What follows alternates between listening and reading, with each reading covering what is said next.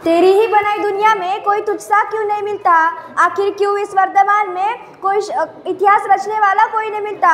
शिवाजी, आम्बेडकर, गांधी, इन्होंने तो सह लिया बहुत कुछ इस देश के लिए, आखिर क्यों वह शख्स आज हमारे वर्तमान की पिढी में नहीं दिखता, आखिर क्यों वह शख्स आज हमारे वर्तमान की पिढी में नहीं दिखता।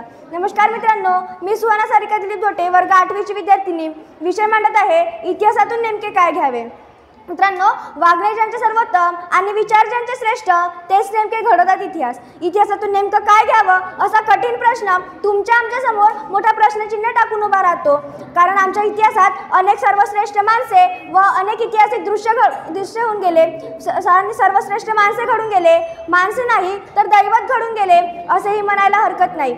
भारतरत्न डॉक्टर बाबासाहेब आंबेडकर ज्यांनी माणुसकी काय हे शिकवले, महात्मा गांधी ज्यांनी शांततेचे धडे, धैर्य आणि शौर्य शिकवले, छत्रपती शिवाजी महाराज ज्यांनी वय नाही तर जिद्द इतिहास घडून आणते हे शिकवले। मित्रांनो, आमचा इतिहास फार जोराशोरात गेला, पण आमचा वर्तमान मात्र आज धोक्यात दिसते। आज आमच्या वर्तमानात माणूस आहेत पण माणुसकी नाहीत। आज माणुसकी कुठेतरी हरवलेली दिसत आहे।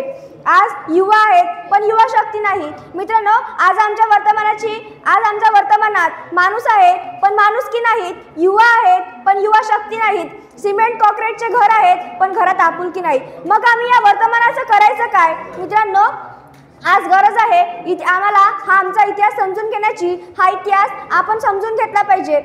छत्रपती शिवाजी महाराज ज्यांनी स्त्रियांचा मान सन्मान केला, आज आम्ही भर चार चौघात त्यांची अब्रू उतरवतोय।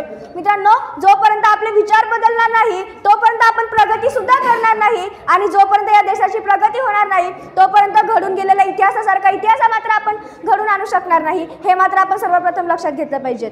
मित्रांनो, म्हणूनच मला विंदा करंदीकरीच्या कवितेतून म्हणावंसं वाटते, बाबासाहेब आंबेडकर यांचे चरित्र घ्यावे, महात्मा गांधी यांचे ज्ञान घ्यावे, शिवाजी महाराज यांचे चरित्र घ्यावे आणि भगतसिंगांचे बलिदान घ्यावे।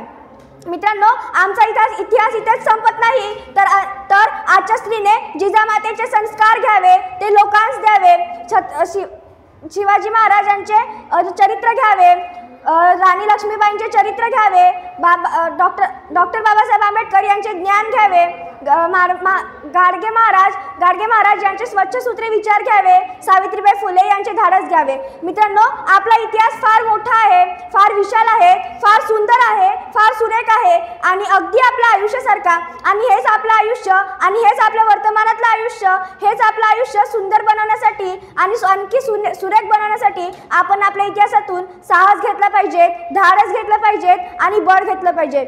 मित्रांनो, आपला इतिहास फार जोराशोरात गेला आणि या इतिहासामध्ये अनेक ऐतिहासिक दृश्य व सर्वश्रेष्ठ माणसे सुद्धा घडून गेले, आणि या माणसांपासून आज आपल्याला गरज आहे तो इतिहास समजून घेण्याची, तो इतिहास आपल्या वर्तमानात उतरवण्याची। मित्रांनो, अंगणातील तुळस, गोठ्यातील गाय आणि घरातील माय अशी शिवरायांना शिकवण देणारी राजमाता जिजाऊ, ती शिकवण आज आपण आपल्या स्त्रीमध्ये घेतली पाहिजे, आणि ती शिक्षण आपण आपल्या मुलांना दिली पाहिजे।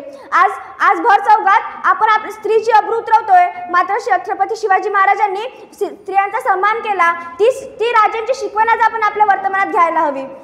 मित्रांनो, सरते शेवटी एवढंच म्हणू इच्छिते की इतिहासातून नेमकं काय, तर इतिहासातून नेमका इतिहास घ्यावा, कारण आमचा इतिहास आहे बापू, राजे साहेब आणि असे अनेक बलिदानी। धन्यवाद।